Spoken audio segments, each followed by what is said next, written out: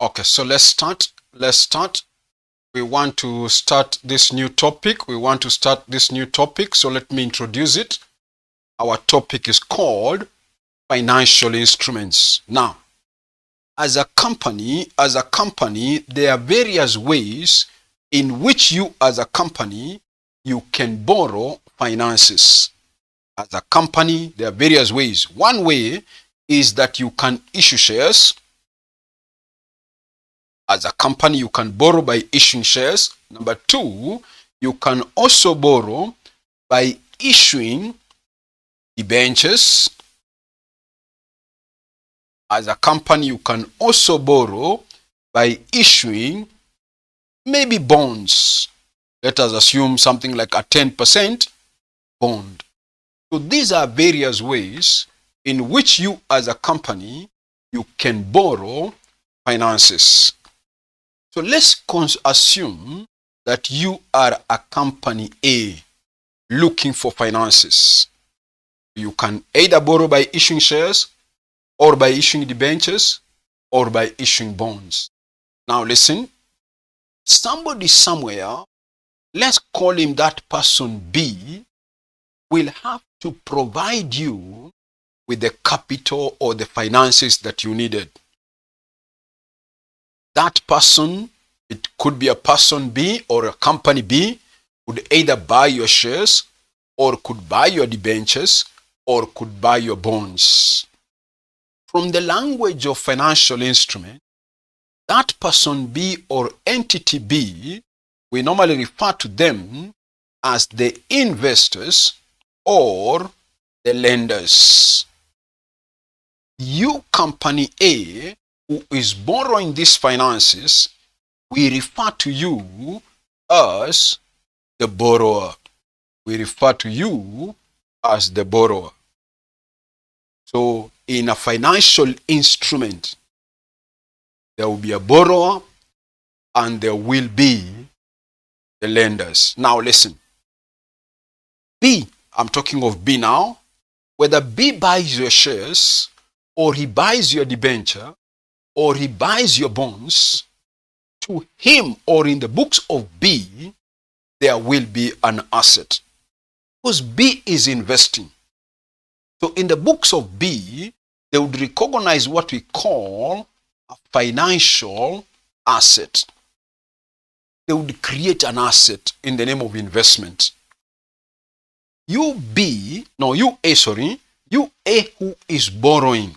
Listen, if you borrow by issuing shares, then in your books, you A, it will create what we call equity capital.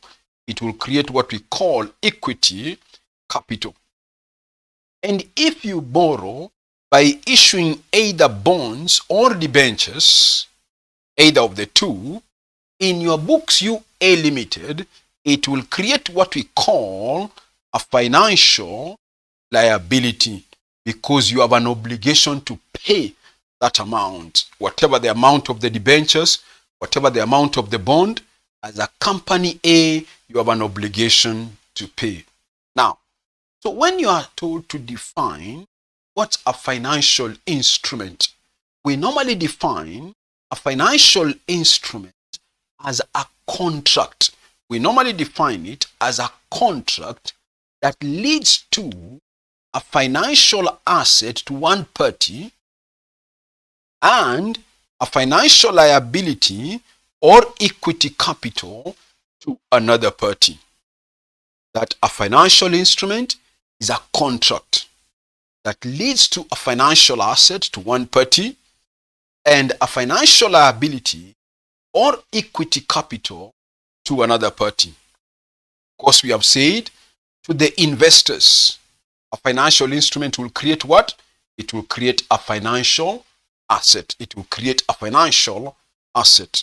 In other words, if you, company A, you issued shares and B bought 10,000 shares of A, in the books of B, they will obviously have an account called investment in shares of A Limited.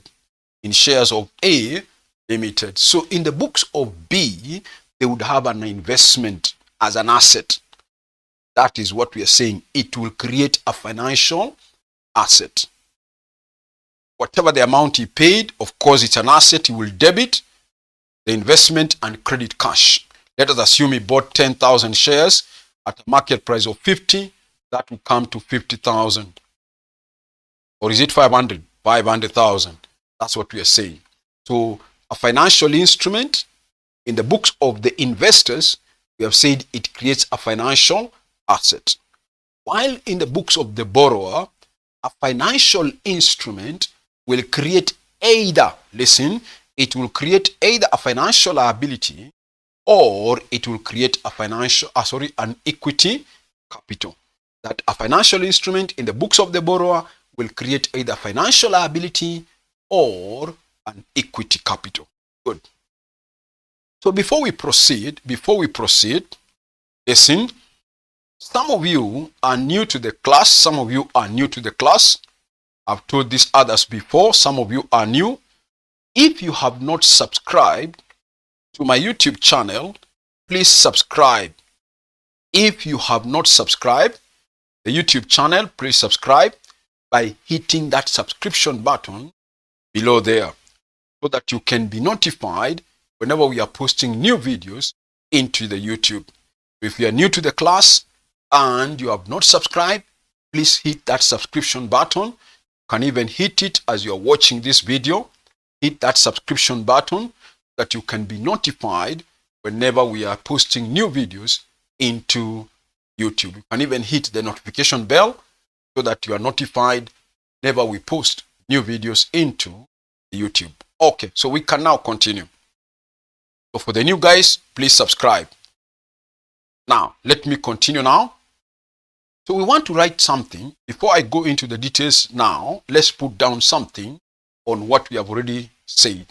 So put down the topic, financial instruments. Put down the topic, financial instruments. Put down the topic, financial instruments. Financial instruments. Financial instruments. Can you see this? Down this. A financial instrument is a contract. A financial instrument is a contract. Financial instrument is a contract that leads to a financial asset to one party. Financial instrument is a contract that leads to a financial asset to one party, and a financial liability or equity capital to another party, and a financial liability or equity capital to another party. Another paragraph. To the investors or borrowers, to the investors or lenders,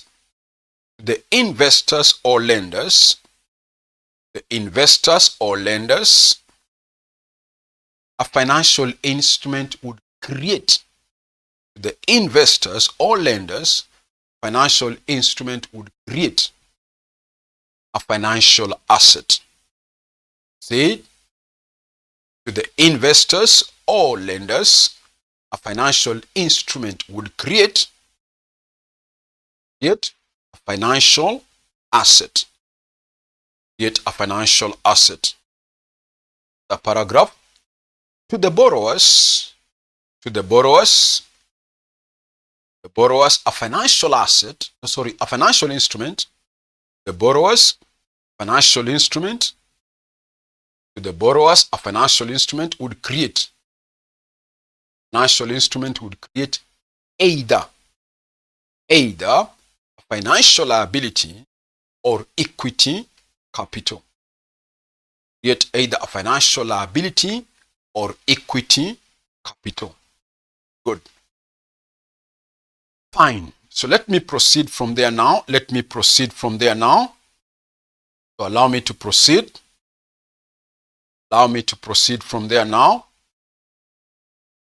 Now, we now know what's a financial instrument. Now listen, what we want to talk about now is how do you as an investor or you as a borrower, how do you recognize a financial instrument in your books? You have gone into a contract today that you are issuing bonds or you're issuing debentures. You as a borrower, you are issuing them to the investor. It will create an asset and it will create to you a liability. How do you recognize that liability or how do you recognize that asset on the day you signed the contract?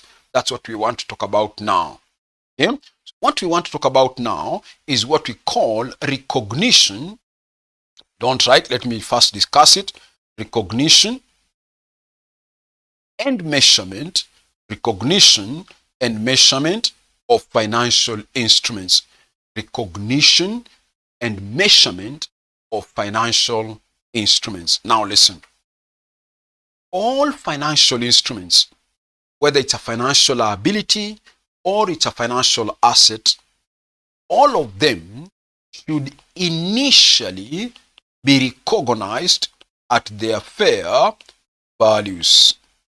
When we signed that contract initially, both the parties should recognize that financial instrument at its fair value. Fair value means market value. For example, if B bought 10,000 shares of A at a time when the market price was 50, then we have seen that B had to spend 500,000 shillings to buy those shares. So in the books of B, we have seen he will open an account called investment in shares of A and he will recognize them at the market value. 50 per share on the 10,000 shares, that comes to 500. That's how B will recognize that investment at its fair value, or in other words, at its market value. Now, that's what both of the parties will do. So whether it's a financial liability or it's a financial asset, at the initial recognition, all financial instruments, listen, should be classified or should be recognized at their fair values. Good. Now the question is, what about in the subsequent periods? At the end of the year, you B, at what value will you carry down this investment? Yes, you bought it at 500,000, but at what value will you come and say your balance carry down in your investment account? At what value? That is what I want to talk about now. Listen. So in the subsequent period, after initial recognition, in the subsequent period, after initial recognition, how you as borrowers or investors, you are going to recognize that financial instrument. Listen now, it depends. How you will recognize the financial instrument will depend on whether you are dealing with a financial asset or whether you are dealing with a financial liability. Are you dealing with a financial asset or are you dealing with financial liability? That's what you will need to know first. How you will subsequently measure it, ask yourself, is it a financial asset or is it a financial liability? Now, if it's a financial asset like the one B has created in books, listen, there are three ways in which a financial asset can be remeasured. There are three ways in which a financial asset can be remeasured. Remember, in the books of B, it is them who has a financial asset called investment in shares of what? A. In the books of A, they don't have a financial asset, either financial liability or equity capital. But in the books of B, that's where the financial asset arises. So B will recognize that financial asset in any one of the following three ways. One, it can be recognized at what we shall be calling at amortized cost. A financial asset can be recognized at what we shall be calling at amortized cost. We shall talk about that later. Another way in which a financial asset can be recognized is what we call at fair value through OCI. That means through other comprehensive incomes, through what we call other comprehensive income. That's another way. The third way in which a financial asset can be recognized at the end of the year is at fair value through P&L. At fair value through P&L. That's another way. Now listen. When I say at fair value through, I mean this. If you look at the investment company B bought, they bought it initially at a market price of 500. Listen, if they are to remeasure it, that is, I'm assuming, if they are to remeasure it at fair value through OCI, then it means they have to get the market value at the end of the year. Listen, they have to get the market value of that investment at the end of the year. And whatever is the market value, let us assume that the market value by the end of the year is 600. That's what we are calling the fair value. Point is, whatever is the change in fair value, by the beginning of the year, it had a market value of 500. By the end of the year, it has now a market value of 600. Whatever is the change in fair value, now the requirement is you take it to other comprehensive income. That's why we call it fair value through other comprehensive incomes. Okay? Yes, you have done published. You know that under published accounts, once you are preparing an income statement, there is a section there you can be required to prepare called statement of other comprehensive income. So among other comprehensive incomes, there now you can see we are bringing another one. When we were doing, or when you did this topic of published accounts, or when you did it, that topic of published accounts, you remember we only mentioned 2 examples of other comprehensive incomes. We only mentioned 2. One of them, I hope you remember it. Is what we were calling any gain on revaluation of fixed assets. Remember we said gain on revaluation of fixed asset is classified as part of other comprehensive income. Now we are bringing in another one which we never discussed when we did, or when you did, published accounts. No. Now we are bringing in this extra one. That whenever you have a financial instrument which is supposed to be measured, and it's a financial asset, which was initially measured at fair value, and in the subsequent period is measured at fair value again, and the change in fair value should go through OCI, then that 100, for example, in our illustration here, that 100 should go to other comprehensive incomes. You don't take it to the P&L account. Yes, it's a gain. We had an investment worth 500 at the beginning. By the end of the year, the investment is worth 600. But the requirement now is that gain of 100, don't take it to the P&L. The requirement is take it through OCI, other comprehensive incomes. That's what I mean when we say that it should be measured at fair value through other comprehensive income. And if it is one, we shall look at it that later.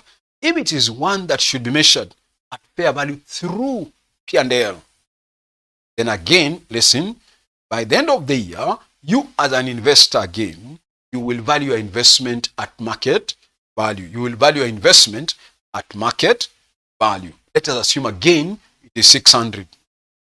But this time, if it is one that is classified at fair value through P&L, then again, that 100 now, you as an investor, you take it through P&L. You take it through P&L. So there are those financial assets you may have Yes, they are measured at fair value at the end of the year, but there are those which the gain you take through the P&L, and there are those whose gain you take through P&L. We shall look at in details which kind of these assets are those.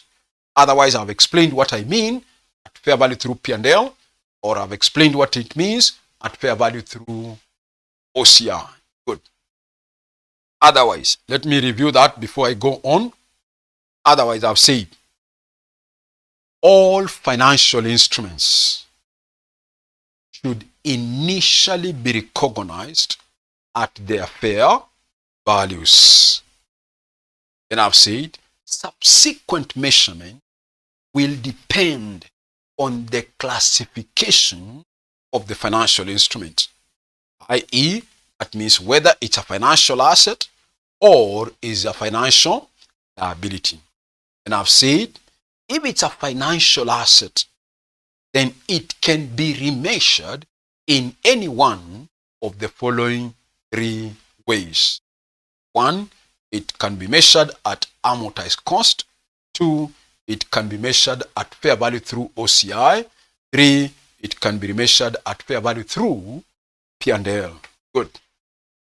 So I want to discuss in details now, what are these kind of financial assets that should be measured at amortized cost? What are these kind of financial assets that should be measured at fair value through OCI and through P&L? What are the characteristics? What should be the nature of those financial assets? Okay. Allow me now to go through the details of the characteristics that makes a financial asset to be measured at amortized cost or at fair value through OCI or at fair value through P&L. Good. Let me go through those key important points. Now, listen. So we have said we are dealing with a financial asset. Don't write fast. Let me do a small table here. We are dealing with a financial asset. We have said there are three ways a financial asset can be remeasured. One is at amortized cost. Don't write fast. One way is at amortized cost. That's one way, amortized cost. Another way a financial asset can be measured, we have agreed, is at fair value through OCI. That's another way. Also said, another way a financial asset can be measured is at fair value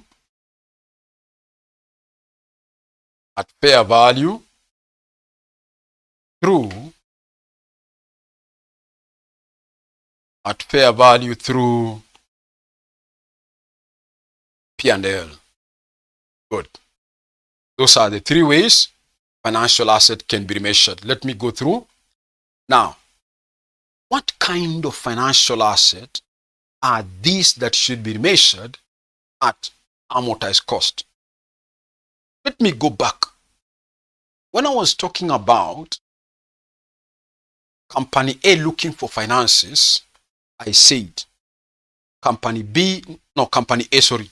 When I was saying when company A was looking for finances, I said A could issue shares, A could issue bonds, and A could issue debentures. Listen.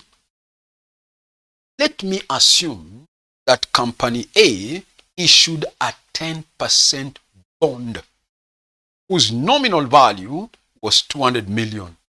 Whose nominal value was 200 million. That is what company A issued. Now, you company B, listen, you bought this bond. Maybe company A is a company that issued this bond through the stock market. They wanted to raise finances. So they issued bonds through the stock market. You as an investor, you went and bought their 10% bond whose nominal value is 200 million for whatever price. We shall discuss that later. Now listen. To you as an investor B, this bond is obviously going to guarantee you, listen, it is going to guarantee you a fixed return every year. You know from your finance knowledge that every year as an investor, I'll be earning from A, me B, I'll be earning interest income of 10% of 200 million, which comes to be 20 million. So I'll be earning that interest income. Yani, I'll be getting that interest income, the constant amount. Listen, then in the year the bond will mature, maybe after 10 years or 15 years or 5 years, then maybe I am assured again of getting back my principal of how much? 200 million. So when I buy the bonds, or it could even be a debenture, a 10% debenture whose nominal value is 100 million, I am assured of a fixed return as an investor every year. 2, on the date of maturity, I'll get back my principal. When you have that kind of a financial asset, listen, which you are buying, listen to this, you are buying so that you receive what we call the contractual cash flows. The contractual cash flows. You are holding this investment, you as an investor, with an aim of collecting the contractual cash flows. Which are these contractual cash flows? The interest of 20 million every year, 20 million every year for the next 5 years or 10 years and so on. 2, you are holding this bond with an aim of receiving that principal repayment maybe after 10 years. When you have that kind of an investment, you are holding it. Listen, you as an investor, you are holding it to maturity in order to collect contractual cash flows.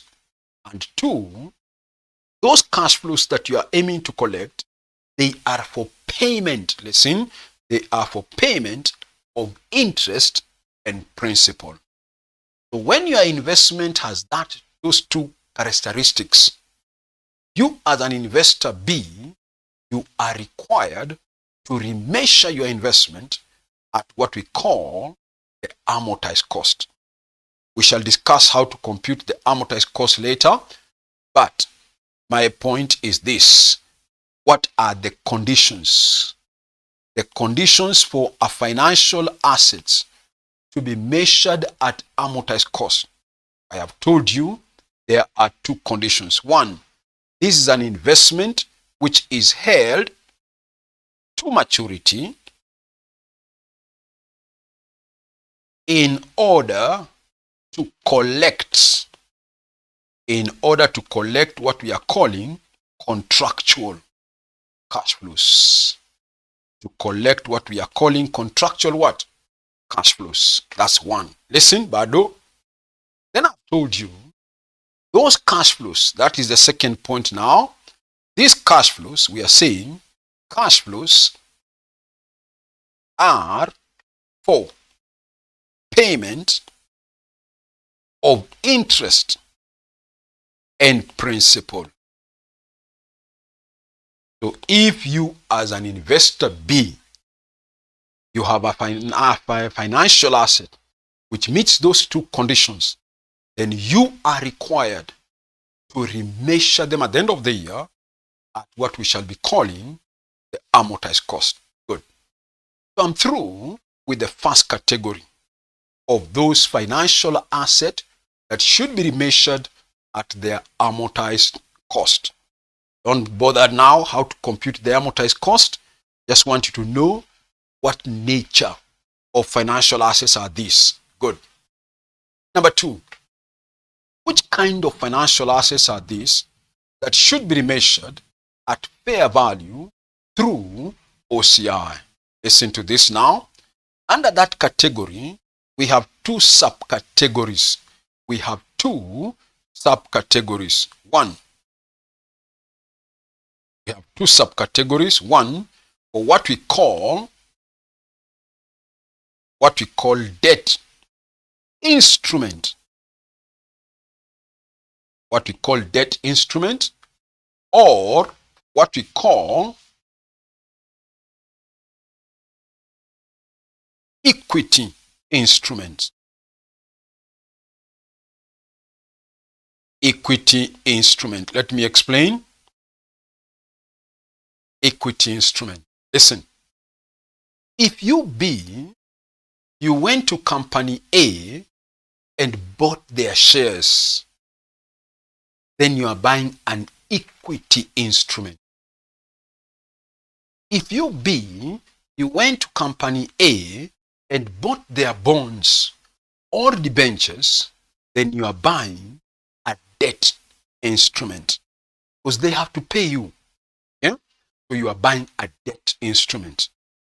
So under fair value through OCI, there are those two subcategories. Now listen. Again, you company B, you had company A is issuing bonds through the stock market. You decided, listen carefully now, as an investor, you will buy their 10% bond, whose nominal value is 200 million. You will buy it. So you bought it. Listen. But your aim of buying it, you B, is not to keep it until maturity, 10 years, 5 years from now. No. You are buying the bond of company A from the stock market with the aim of waiting and seeing that the market price, if the market price of the bond goes up in the market, I sell it and I get the profit. So your aim as B, investor B, is not to keep it until maturity. You are holding it, yes. It's true you are going to receive those contractual cash flows. Every year you will be receiving 20 million interest, 20 million interest, 20 million interest, 20 million interest. Listen. And if it happens that before maturity you have not sold your bond, you still get back your principal of 200 million. Then we are saying those payments that you are receiving again, or those cash flows you are receiving, again, they are for payment of interest and principal. So I'm hoping you're not confusing between the first category of amortized and this second one of fair value through OCI. Listen. If it's a debt instrument, like I'm mentioning, for it to be measured at fair value through OCI, again, there are two conditions. There are two conditions. One is that this is an investment, listen, which is held to collect. Held to collect contractual cash flows. Listen to this now. And I am adding something there. And contractual cash flows, and to sell before maturity. And to sell before maturity. And to sell before maturity. Okay? Number two, the other condition is two, cash flows are for payment. Cash flows are for payment of interest and principal. Cash flows are for payment of interest and principal. Listen, I'm hoping you have already noticed the difference between the financial asset that should be measured at amortized and the financial asset that should be measured at fair value through OCI. The only difference is the one to be measured at fair value through OCI. You as an investor, you are not keeping it until maturity. You are buying it for speculation that you sell it before maturity. If you are buying it to keep it until maturity, then you measure it at amortized cost. If you are buying it for speculation, then you measure it at fair value through OCI. Are you there? Good. So the only difference between the two is this second condition I've added there, to sell before maturity. Sell before maturity. Good. Sawa. Next, listen to this now. What about if you bought shares of A? We are saying you are buying an equity instrument. Which kind of that instrument should I measure me B at fair value through OCI? If you are buying shares, we are saying this for equity, these are for shares that are not for trading. Shares that are not. You are buying shares, listen, but not for purpose of trading. That means not for speculation, but for long term. If you are buying shares of company A and your aim is to keep them for long term, then saying they should be measured at fair value through OCI. Here we are saying for shares that are not for trading. That means we can say here, i.e., listen, i.e. for long term, held for long term, held for long term.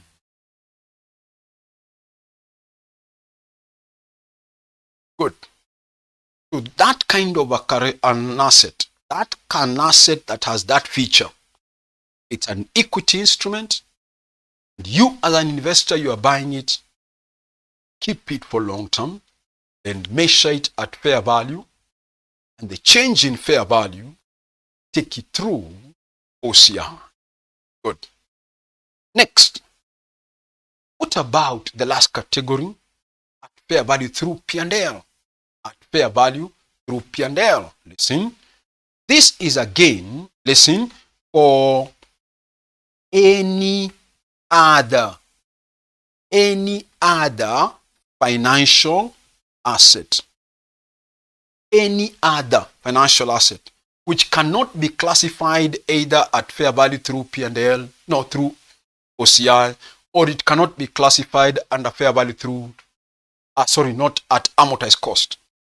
If you have a financial asset which can't fit in the first two, that means at amortized cost or at fair value through P&L through OCI, then that kind of a financial asset, whichever it is, then automatically it must go and be remeasured fair value through P&L. So it is for those financial assets, any other financial asset. Maybe I can say, e.g., shares for trading. If you are buying shares for trading, then automatically that means this is shares for trading. Shares for trading. When you are buying shares for trading, then you cannot put them under fair value through OCI. Because I told you, for those shares through OCI, they must be ones that are kept for long term. Are you there? Good. So I'm through. Listen to this now. I am now through on how financial assets should be remeasured. Either they are remeasured at the end of the year at amortized cost. I've said I'll talk about how to compute it.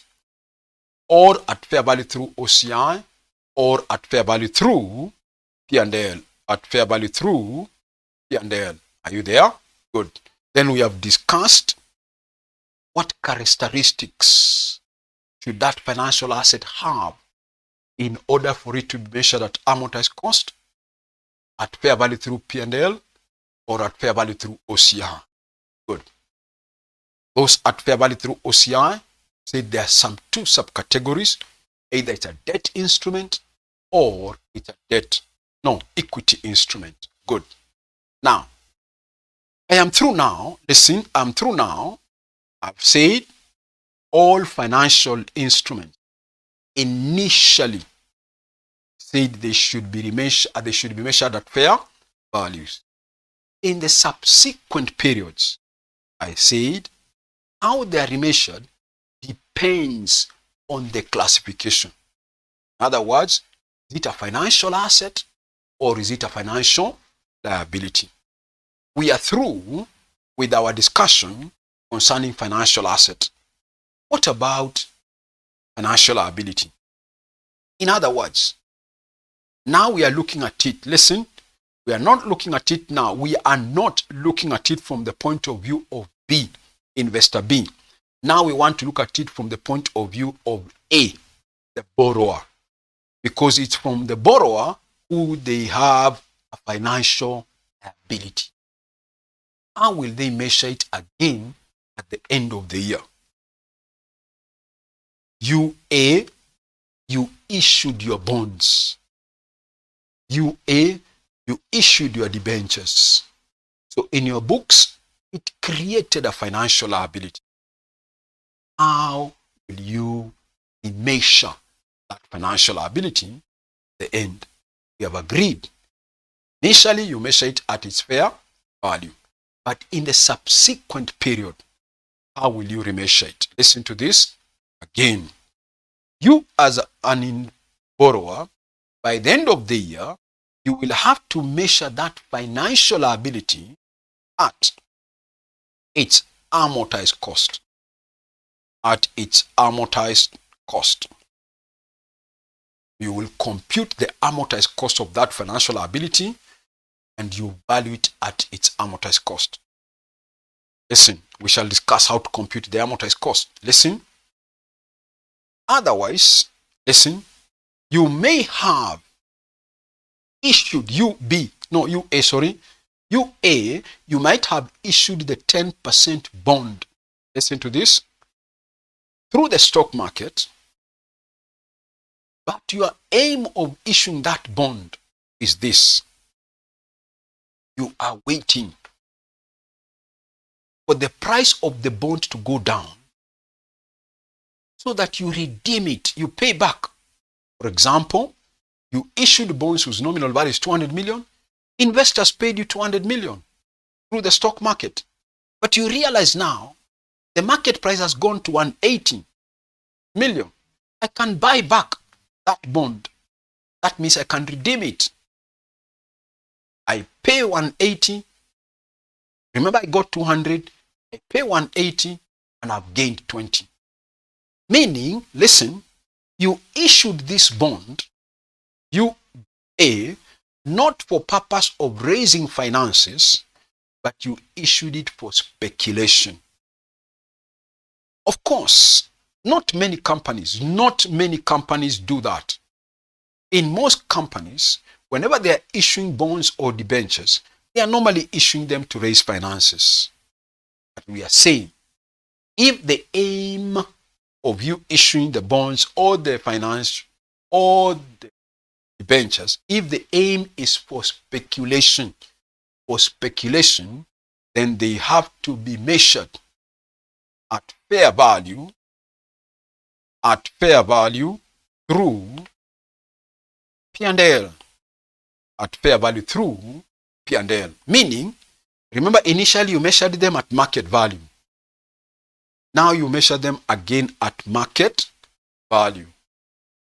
And the change in the market value, take it through P&L. Otherwise, we are saying all financial liabilities should be remeasured at their amortized cost unless they are for speculation, whereby should be remeasured at fair value through P&L. Should be remeasured at fair value through P&L. Good. Otherwise, in most cases, it should be measured at their amortized cost. Good. I think now we can put down the summary of what we have said about how to recognize and measure financial instruments. So have a subheading, and call it this way. Subheading and call it this way. Recognition and measurement. Recognition and measurement. Recognition and measurement of financial instruments. Recognition and measurement of financial instruments. That is the subheading. Recognition and measurement of financial instruments. Recognition and measurement of financial instruments. Can you say this? Say this. All financial instruments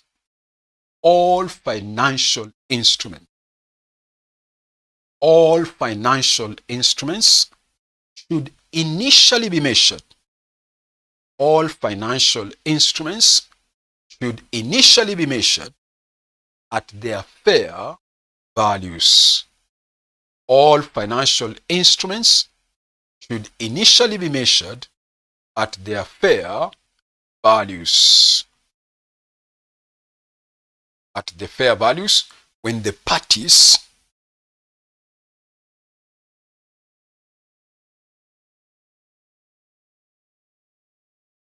when the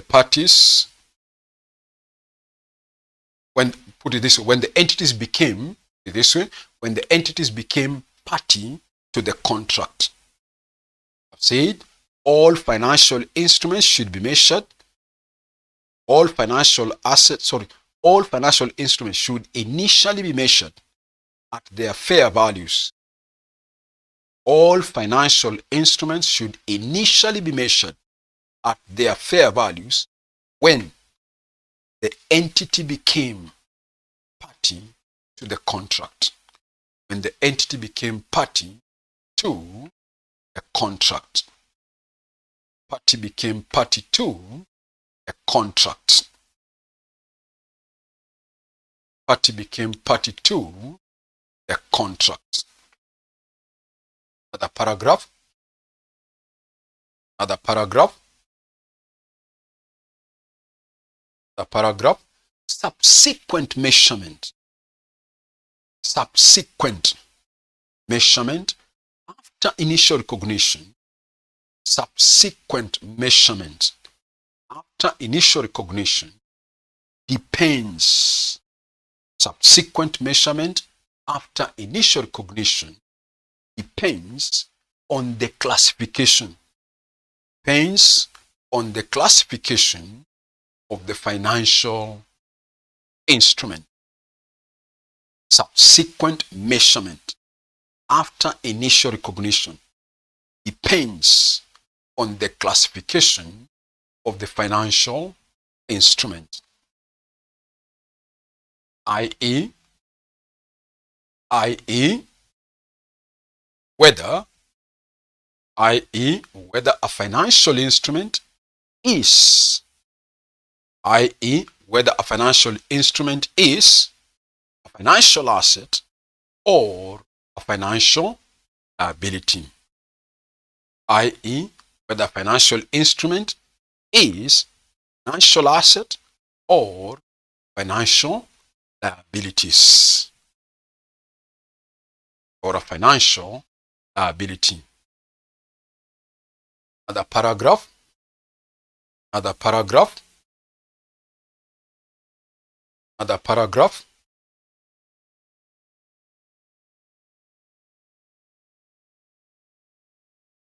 Financial assets can be remeasured. Financial assets can be measured at any one of the following three ways. Financial assets can be measured at any one of the following three ways. 1.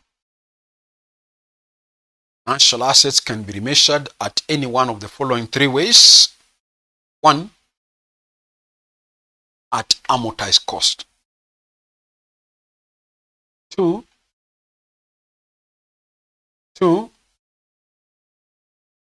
At fair value.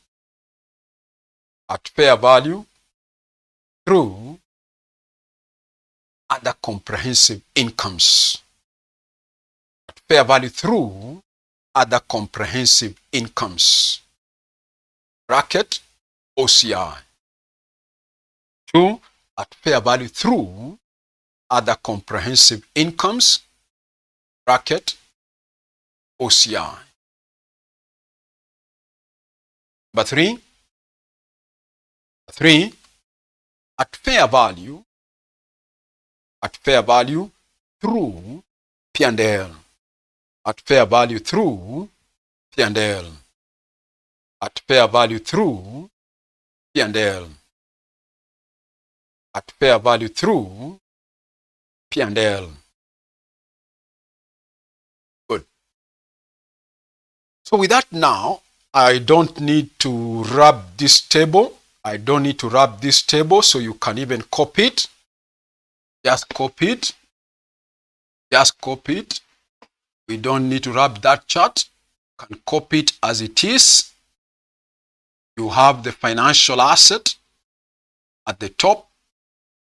Then you have three branches, either at amortized cost or at fair value through OCI or at fair value through P&L. Have those three branches. Have those three branches. Have those three branches. Have those three branches.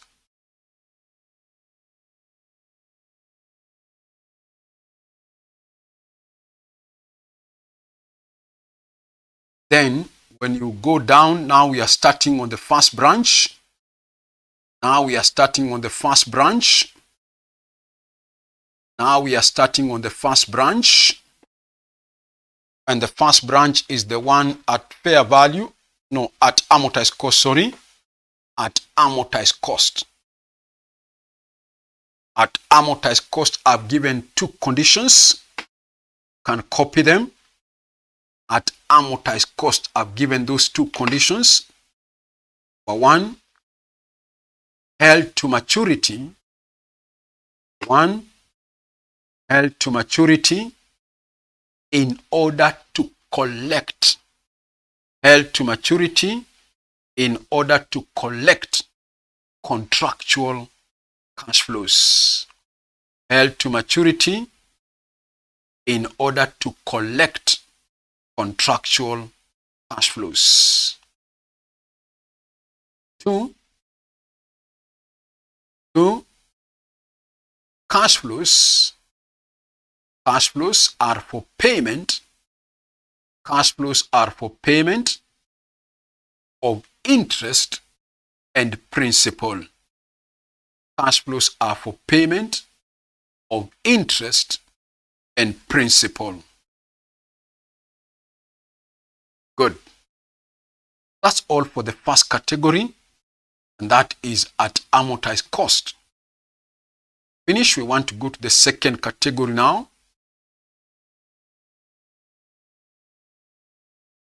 Finish. We want to go to the second category, and that is what we are calling at fair value through OCI. At fair value through OCI. Below that, have the two subcategories. Below that, have the two subcategories. 1, you can even say this for debt instrument. Let me put it that way. for debt instruments. Then the other table, let me call it for equity instruments.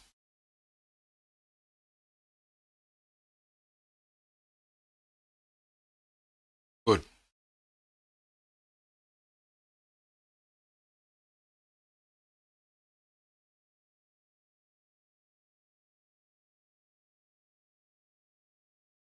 So if you are through under for debt instrument,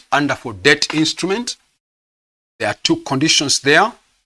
Let's start with those ones. For debt instruments, the two conditions are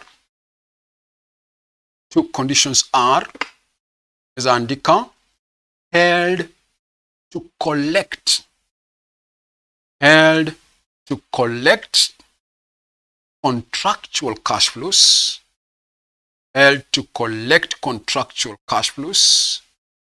and that's another condition there, and to sell before maturity.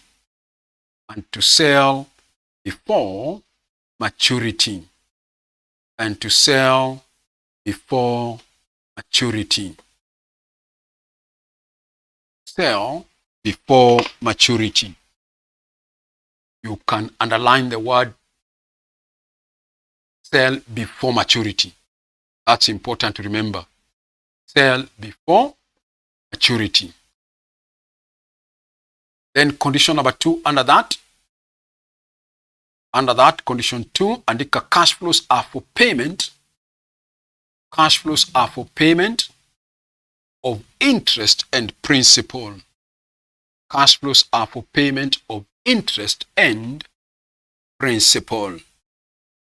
Cash flows are for payment of interest and principal.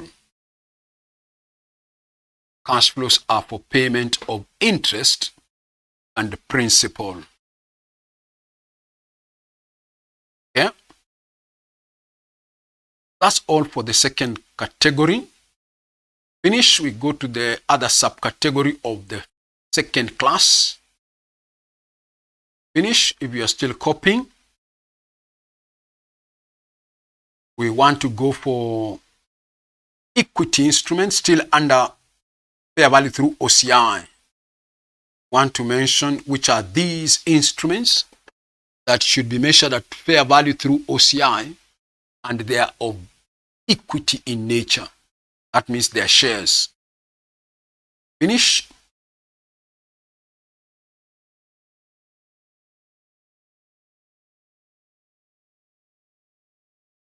I hope you are through with the two conditions. Now we go back to the third column at the second subcolumn. And that's what we are calling for equity instrument. For equity instruments, there you can say, under that you can say, for shares that are not for trading. For shares that are not for trading. For shares that are not for trading. For shares that are not for trading. i.e., those held for long term. i.e., those held for long term. i.e., those held for long term. Good. Finish. We want to go to the last branch. That's what we were calling at fair value through P&L. Finish for those who are still copying.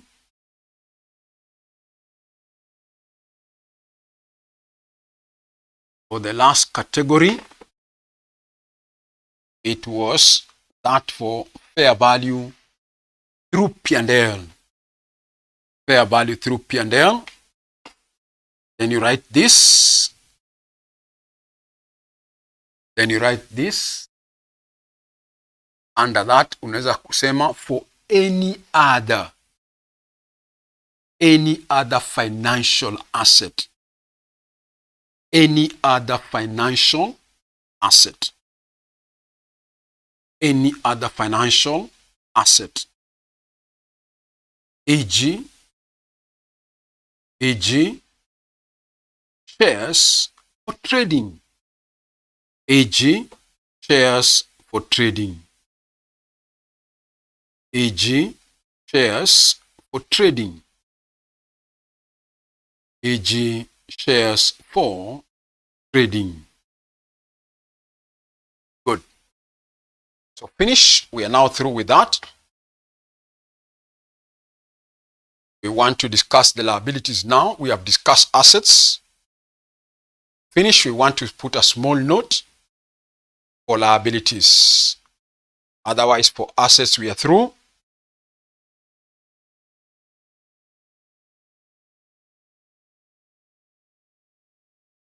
Okay, so let's proceed. After you're through with the table, andika hapo chini NB. If you're through, andika tu hapo chini table. After the table NB. Below the table, unaweza andika NB.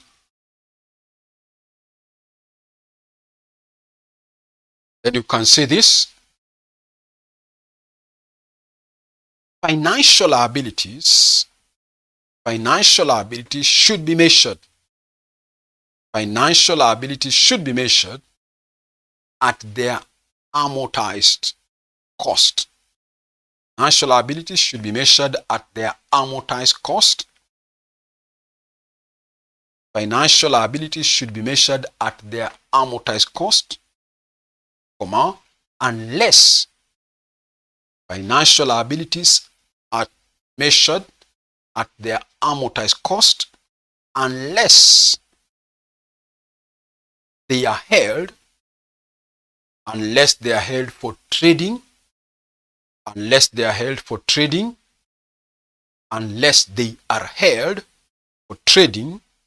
i.e. for speculation, unless they are held for trading, i.e. for speculation, whereby trading or speculation, whereby such liabilities should be remeasured, whereby such liabilities should be remeasured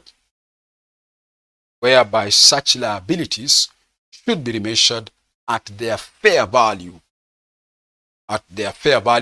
through P&L, at their fair values through P&L, where such liability should be remeasured at their fair values through P&L. Good. I think I'm through now with the summary of how to recognize. That means recognizing means those conditions. How to recognize and remeasure. Now we want to talk about how do we compute the amortized cost, blah, blah, blah, and so on. That's what I've talked about. I've not talked about. We have just been saying, if it's a financial liability, like I'm just finishing by saying, or we have just finished by saying, all financial liabilities should be remeasured at their amortized cost. Then there are also financial assets that should be measured at their amortized cost. Those which we are saying at fair value, that's not a big deal. Just get the market value. By the end of the year, what is the market value? That is okay. That is something you can calculate, or you can get from the market. You can get the market value. But when it comes to amortized cost, it is something you have to calculate. Okay? So allow me to take you through now how to compute those values. Yeah? Now listen.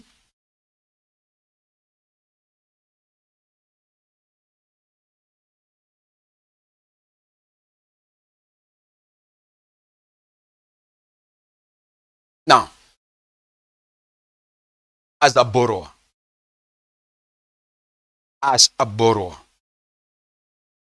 you issued, listen now, you issued a 10% bond whose nominal value was 200 million.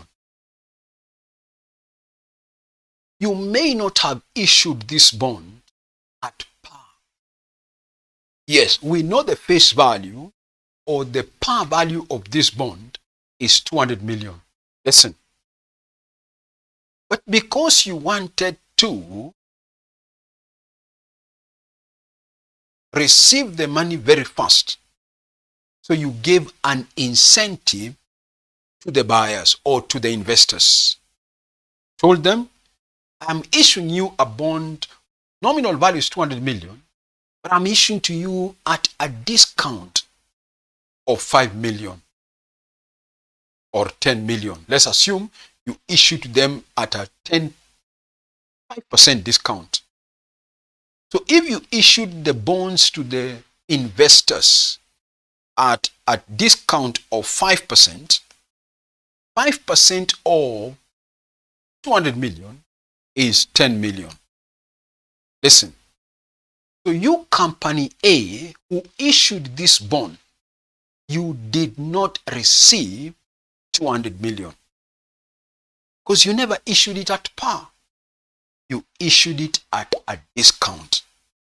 It is obvious when you are going to redeem the bond 5 years, 10 years from now, you will still pay 200 million. But because you wanted to raise money, you gave an incentive to the investors. Told them, give me 190. But when it comes to the year of redemption, I'll pay you 200. Okay? Now listen. So this 190 becomes what we call the fair value on initial recognition. In other words, we normally determine what we call the net proceeds. How much are the net proceeds that you received from the issue of this bond? Whatever is the net proceeds, that becomes the fair value on initial recognition. Now, still this company A, listen, as much as they issued a 200 bond and they issued at a discount of 5%, which is 10 million, they ended up receiving 190. Listen to this now. But for them to raise this bond, they had to prepare as prospectors to go to the market, pay lawyers to try and prepare the memorandum or whatever, pay the accountants to prepare prospectus and so on. Listen. So they ended up incurring maybe another 5 million shillings as what we call the issue cost. The issue cost, 5 million. Listen. This is what we are calling issue costs. Not all questions have it. But then, you, company A, you received 190 from your investors, but you had to spend 5 million to raise these finances. So effectively, listen, effectively, you did not receive 190. Effectively, you received 185 million.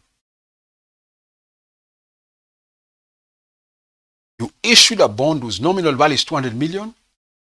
You never issued it at par. You issued it at a discount to encourage guys to pay you, give you money. You gave them a discount of 5%. So you ended up receiving 190.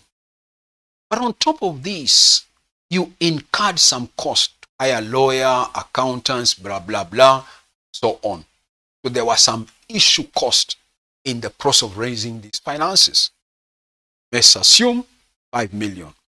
So automatically it means then you did not effectively receive 190. No. This bond, you received 185 million. Now listen. So that 185 million becomes the fair value, which we are saying it is the net proceeds. I've discussed with you now how we shall be computing the fair value on initial recognition for a financial liability. This is company A, which issued this bond. So they have a financial liability, which they are required to measure it initially at its fair value. How do you get the fair value? You get what we are calling the net proceeds. The net proceeds issue of the bond. Took the nominal value. If there was any discount that the bond was issued at, minus. Effectively, therefore, you company A, you received 190 from the investors. But you had to incur cost of borrowing, or a cost not of borrowing, of issuing these bonds. That's what we are calling issue cost, whatever. Or it could be brokerage cost, brokers fees, whatever it is. So if you ended up spending another 5 million, then we are saying effectively you did not receive 90, effectively received 185. That is the initial value, the fair value. Now listen, in the subsequent period, you as a borrower, it's a liability. Measure it now at its amortized cost. Measure it at its amortized cost. And that's what I want to talk about now. How do you calculate the amortized cost of this bond at the end of each year? It will mature in the next 5 years. But at the end of each year, you are required to measure it at its amortized cost. So it is at this point in time that you prepare what we call the amortization schedule. You will have a column for the year. You will have a column for the balance brought down. You will have a column for what we call finance cost. You will have a column of what we call cash paid. And finally, you will have a column for balance carried down. We are assuming the bond will mature after 5 years. Now listen, by the beginning of year 1, which is on initial recognition, your financial liability is 185. That was the initial value on recognition. That becomes your balance brought down, 185. Listen, this is a liability. You are borrowing. As a company A, you are borrowing. So there will obviously be a cost of borrowing, which we are calling finance cost. Now listen, we issued a 10% bond. This 10% is what in finance you normally call the coupon rate. It is not what we call the market rate or required rate of return in the market. Or in other words, what we call the effective interest rate. No. Listen, to compute the finance cost, how much it will cost you or you will charge your P&L account as your finance cost, listen, you have to use the effective interest rate of this bond. The question might tell you that the effective interest rate of this bond was maybe 12%.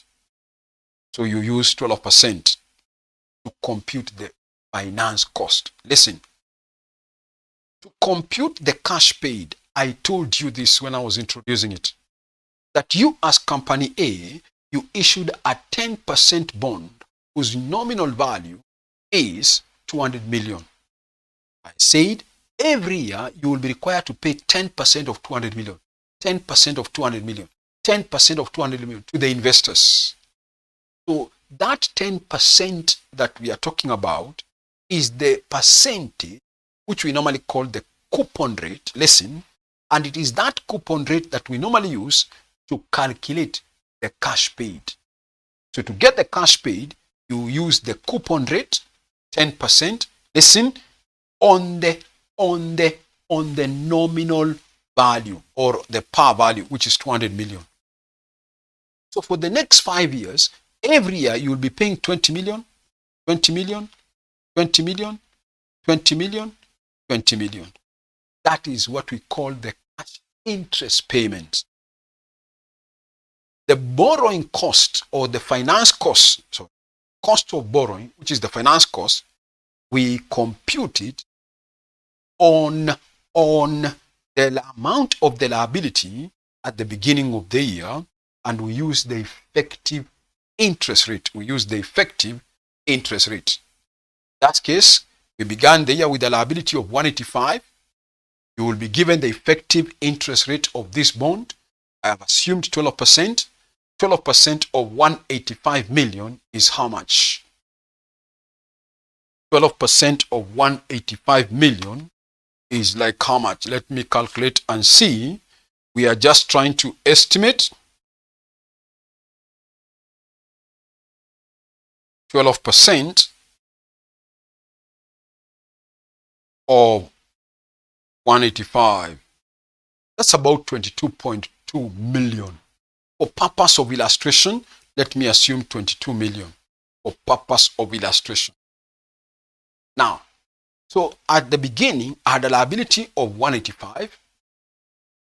I am being charged interest of 22, but I'm paying 20 at the end of the year for servicing interest. Listen, I am not paying the 20 for part repayment of the principal. No. The principal will be redeemed after 5 years, 10 years, whichever the question will tell you. So the principal of 200 million, which is we saw, that will be redeemed after 5 years, 10 years. So, but when I'm paying 20, 20, 20, 20, I am only servicing the interest component. I'm not paying the principal amount. Good. So what is our carry down? 185 plus 22 being the interest charge minus the 20 we are paying for that part. I can see 22 minus 20, that's a change of 2 positive. 2 positive, if I add to 187, that looks like 185, sorry, that comes to 187. That 187 becomes the balance by the beginning of second year, 187. Then again, I take 12% of 187. How much will be the interest rate for that year? Looks like 22.44 for purpose of illustration. Listen, purpose of illustration, I want to assume 23. Then you pay 20. What are we carrying down? 23 minus 20, that's an increase of 3 positive. I add to 187, that looks like 190. 190, I bring it down by the beginning of year 2, by the beginning of year 3, 190. Listen, I take 12% of it. I am assuming I get something like 24 as the interest expense, or what we are calling finance cost. Then I get the balance carried down. 24 minus 20, that's 4. 4 plus 190, that's 194. Then I bring down the balance by the beginning of year 4, 194. Again, I get 12% of that 194. Purpose of illustration, let me assume 25 for purpose of illustration. Then I take 25 minus 20, that's a positive 5.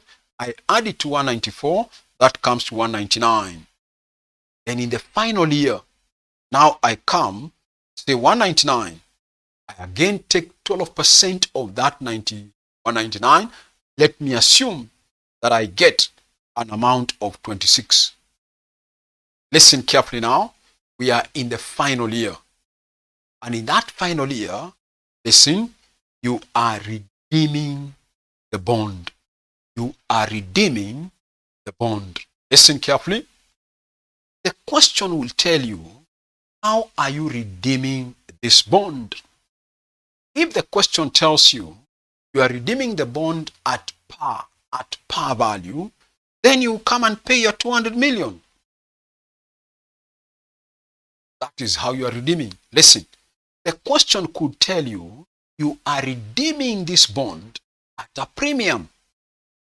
So the nominal was 200 million, but you agreed with the investors that you will redeem the bond at a premium, let's say of 2.5%. 2.5% of 200 million is how much? I'm assuming. Question tells you that. We saw 5% of 200 million was 10 million. Good.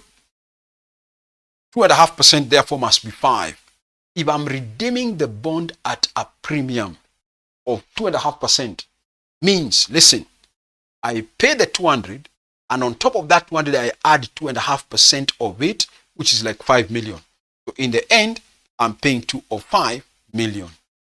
Once I pay that, there should be no balance at all that we are carrying down. There should be no balance at all to be carried down. So this is how we prepare an amortization schedule. This is how we prepare an amortization schedule. I've told you, start with the balance that you began with as the fair value on initial recognition. I've told you to get what we are calling the finance cost, or in other words, what you could call the interest charge or the interest expense. You use the effective interest rate in the market, okay, for that bond. What is the effective interest rate? Then I've said to get the cash paid, use the coupon rate. And I have told you is the coupon rate on the nominal, not on the balance brought down, on the nominal value, because you are servicing the loan or the bond at 20% of the nominal. Every year you pay 20%, at 10% of 200, pay 20, 20, 20. Then get the carry down that way. Now listen, having prepared this schedule, now I need to know, how are you as borrower A? Remember, you're the one issuing the bond. How are this bond, or how will this bond affect, listen, how will it affect your financial statements? Your financial statements include P&L and balance sheet. Now that we have prepared the schedule, let's see how it will affect your P&L account. In that P&L account, what will appear? You will have a column for the year, and you will have a column for the interest, or what we are calling the finance cost. Every year, how much are you being charged as the finance cost? Year 1, year 2, year 3, year 4, and that is year 5. For the first table, or for the first year, got an expense of how much? In terms of interest, finance cost 22. That is what will go to the P&L account as finance cost 22. Second one, I think I assumed 23. Third one, I assumed 24. Fifth one, I assumed 25. Yes. Fifth one, I assumed 26. That's the only, listen, that's the only item that will go to the P&L account concerning this bond, concerning that bond. Good. Now listen, what about in the balance sheet? Listen, we are company A who borrowed by issuing. So we have a financial liability, which we have said should be measured at its amortized cost. We have already computed the amortized cost by preparing this amortization schedule. So by end of year 1, for example, I can see the amortized cost of the bond is 187. By end of year 2, it's 190. By end of year 3, it's 194. The amortized cost by end of year 4 is 199. And finally, in the 5th year, there will be no cost or no liability, because that year is the year you are redeeming. Good. So as far as balance sheet is concerned, listen, as far as balance sheet is concerned, there are 2 things that we shall be taking to the balance sheet. Balance sheet or statement of financial position, year 1, year 2, year 3, year 4, and year 5. Listen, among your non-current liabilities, somewhere you will have what we are calling a 10% bond. a 10% bond. Again, listen, among your current liabilities, somewhere again, you will be having a 10% bond. Now, I want you to follow my explanation of that table so that we move together. According to this amortization table, I am carrying down by end of year one, listen, I'm carrying down by end of year one a liability of 187 million.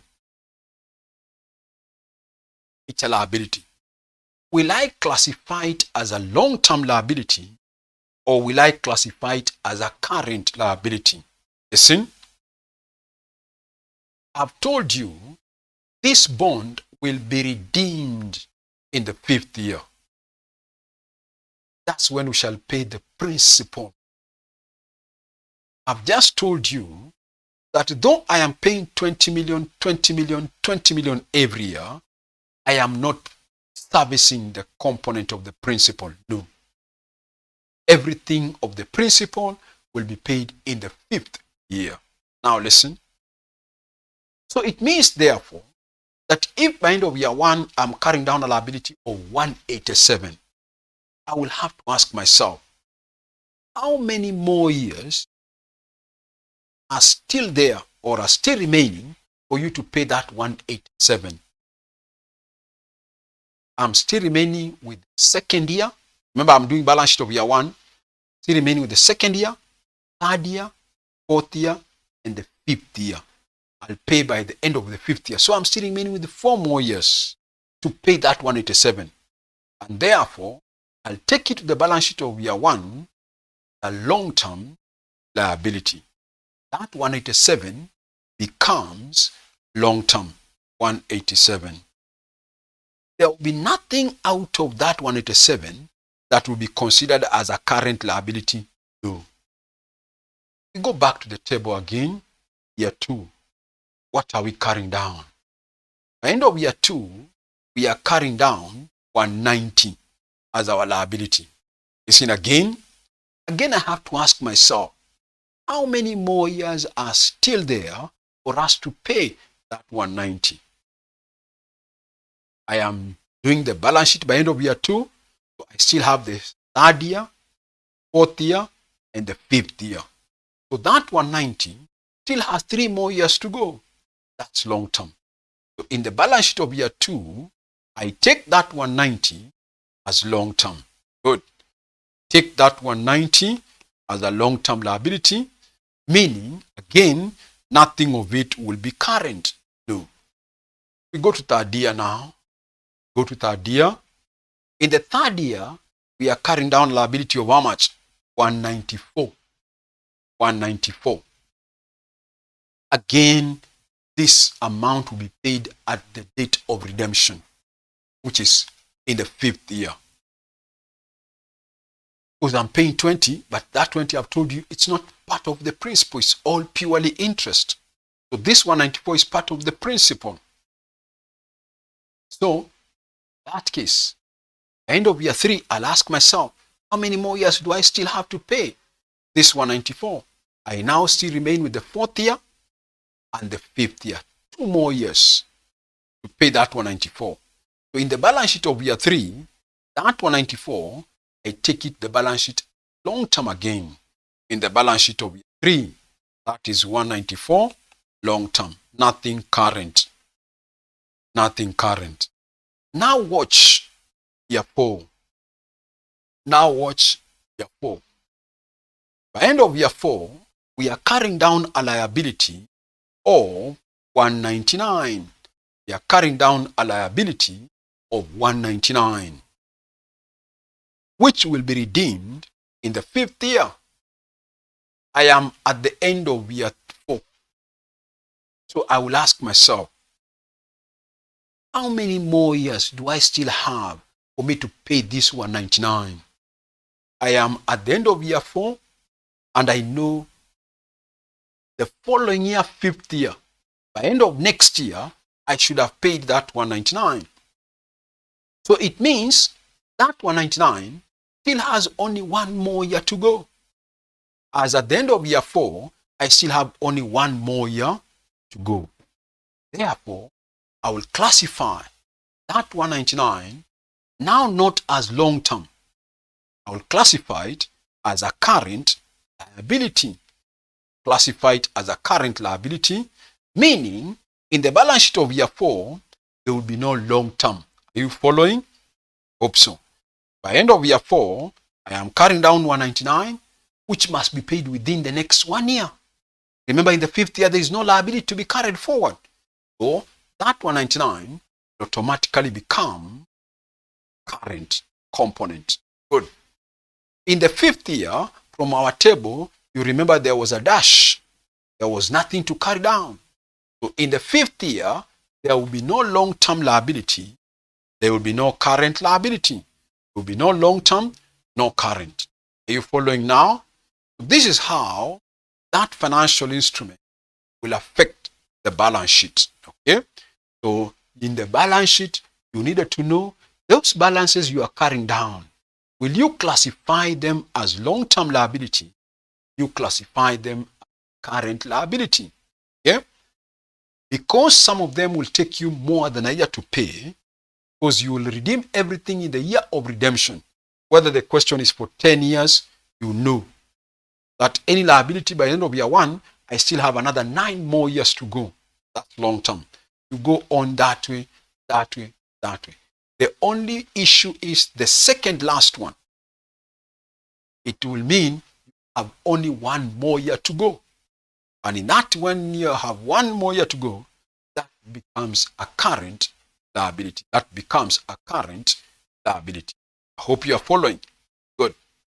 So we are through now on how compute, listen, on how to compute the fair value on initial recognition. I told you to get the fair value of this bond on initial recognition, what did I have to do? I had to calculate the net proceeds. The net proceeds from the issue of this bond. How much am I receiving? Me as investor, no, me as borrower company A, how much am I receiving net from this bond? I issued a bond whose nominal value is 200 million. I issued it at a discount, so I never received the 10 million. So effectively, I received 190. If I never had any cost of raising the funds, that means I would have received 190. But because I had to spend another 5 million to raise these finances, either as broker's fees or issue cost, whatever it is, then it means that effectively I never received 190. Effectively, I received 185. So any issue cost, I am deducting from the process so that you get the effective amount or the net proceeds receiving. That becomes the fair value on initial recognition. So to get the fair value on initial recognition, just get the net proceeds. Once you do that, now you can compute or prepare an amortization schedule so that you get the amortized cost of the bond at the end of each year. Start with the balance by the beginning, that is the liability. Come and get the finance cost, I've told you. Get the finance cost, I've told you. Use the effective interest rate of that bond. And I've told you to get the cash paid, use the coupon rate. Use the coupon rate. And that coupon rate is computed on the nominal value of the bond. Good. And it will always be constant every year. Good. Then you get the balances carried down now. Get the balances carried down, wherever they are. Then you go on until you finish. The other thing to check from the question is how are you redeeming the bond? Could be you're told to redeem the bond at par. Could be you're told to redeem the bond at a premium. Whatever it is, find out from the question. Good. Once you redeem, there should be no balance carried down. It should be cancelling. Like for example here, let me confirm whether it could be cancelling. Let me confirm. I had 199 plus the interest of 26. If I minus 20 interest I paid, I minus 205, The principal, good, remains with a balance of 0. Good. That is what we are saying. In some questions, there may be a small difference because of percentages, no problem. Then once you prepare that, see what you will charge in your income statement. That is what? Finance cost. That is the finance cost for every year. What about in the balance sheet? Said in the balance sheet, you will have a long-term liability and a current liability. Long-term is that liability which will take you more than a year to pay. Current is that which will take you less than a year to pay. Good. We have seen the table, I was carrying down a liability of 187 by end of year 1. And because everything will be redeemed in the 5th year, I had to ask myself, how many more years do I still have to go? I am still having second year, third year, 4th year, and 5th year. 4 more years to go for me to pay 187. That's long term. Same to year 2, I still have another 3 more years to go. Same for year 4 or 3, I still have another 2 more years to go. When I was arguing about year 4, so carrying down liability of 199. But in the next year, by end of next year, I should have cleared it. So that 199 will take me less than a year to pay. And therefore it becomes current. And of course, in the final year, there will be no long term, no current. Good. So for today, maybe we can stop there, pick it up from there next time, where now we shall do an example, officially putting it down. Shall put down an official example and do a few past paper questions. Otherwise, listen now. I'm still reminding you, those who are new to this class, I've told you, please subscribe. Please subscribe to my YouTube channel if you have not subscribed yet. Click that subscription button even as you are watching this video now. And click that subscription button that will notify you whenever we post new videos into the YouTube. And even click the notification bell. Now listen also, for the sake of others, listen. You may be here and you have friends who would want to join this class or even the other classes. Let me just talk about in general. Whether you belong in this class I'm talking about or not, what do I do online? Now, for financial reporting, we have the one for advanced financial reporting. If you have friends who would want to join it, we have advanced financial reporting. When it comes to advanced financial reporting, we have either early morning classes or we have evening classes. Tell your friends if they want to join early morning classes, the classes are every Monday, Wednesday, and Saturday. Of course, from 8 p.m., 10 p.m. If they choose even that is evening. That is, I've confused the timing and the days. I was supposed to talk about the timing for early morning. Early morning is Monday, Wednesday, and Friday. Monday, Wednesday, and Friday. From 5:30 in the morning to 7 in the morning. To 7.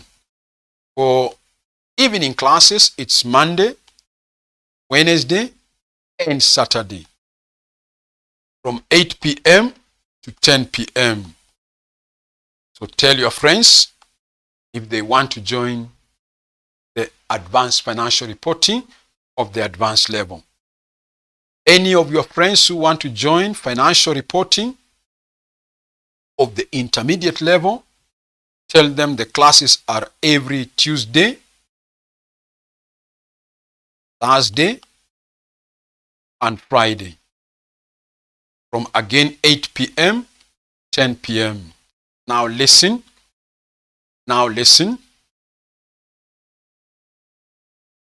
It is also possible, whether you join the advanced financial reporting or you join the financial reporting, in case you miss a class, maybe it's on a Friday Or if it's an early morning class, you wake up when it's late, class is gone.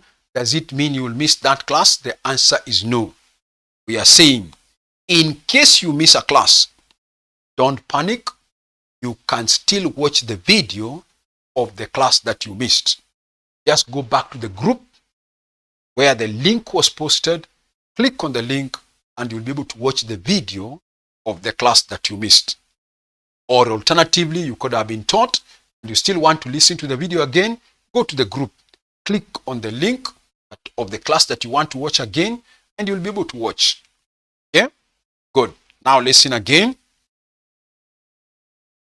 We also have financial accounting for for CPA foundation level, for ATD1 and 2, and also for CS and CIFA for those beginners.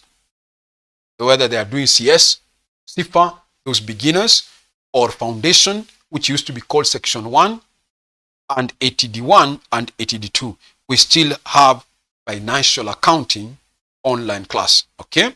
Now, listen. If somebody is not able to join the live class, whether advanced financial reporting or financial reporting, if you're not able to join the live class, then you can also buy what we call pre-recorded videos. You can buy what we call pre-recorded videos, where you get the videos for the whole syllabus, all of them at once, and you watch them at your own free time, at your own pace. You watch them at your own free time, own pace. Okay? Good. Now, for any of these subjects, we are currently charging 4,200 for the whole semesters, and we also accept payments on installments. We accept payments on installments. That one can be organized. If any one of your friends are interested, then they can call me on 0722 65 8875. 0722 65 8875. Then we can talk. This is how our online program is. Okay, so that is it. Charging 4,200, accept payments in installments. Any one of your friends being interested, let them call 0722 65 8875. Then we can talk. Okay, otherwise, see you next time. But please, again, as an appeal, please do subscribe to the YouTube channel by clicking that subscription button. You could also be a part of this class and you have not subscribed. Just please subscribe. Just hit that subscription button and even do it right now. See you next time. Bye for now. Continue from there next time, where now we shall do an official example for that financial instrument and then do a few past papers. See you next time. Bye for now. Bye for now.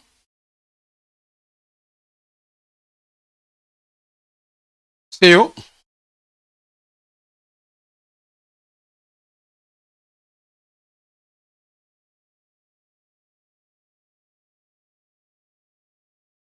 Bye.